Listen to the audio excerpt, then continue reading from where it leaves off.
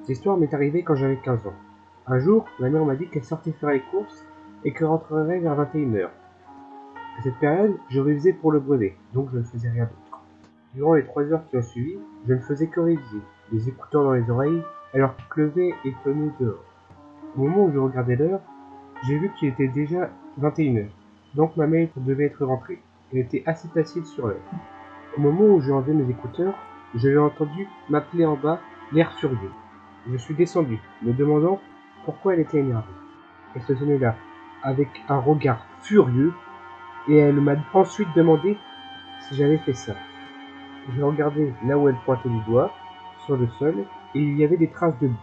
Confus, j'ai regardé ma mère, et lui ai dit que ce n'était pas moi, et que j'avais passé toute la journée dans ma chambre. Son visage est passé de furieux à confus, puis surpris, et enfin terrifié. Et au même moment, nous avions entendu un bruit venant de l'étage.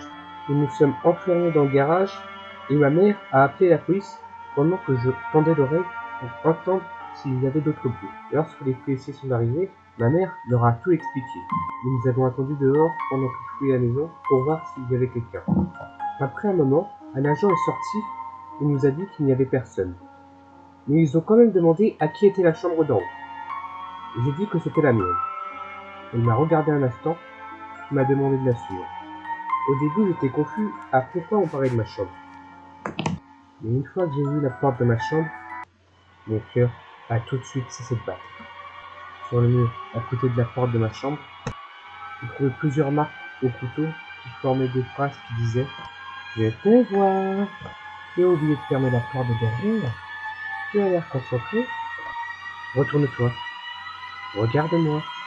Regarde-moi.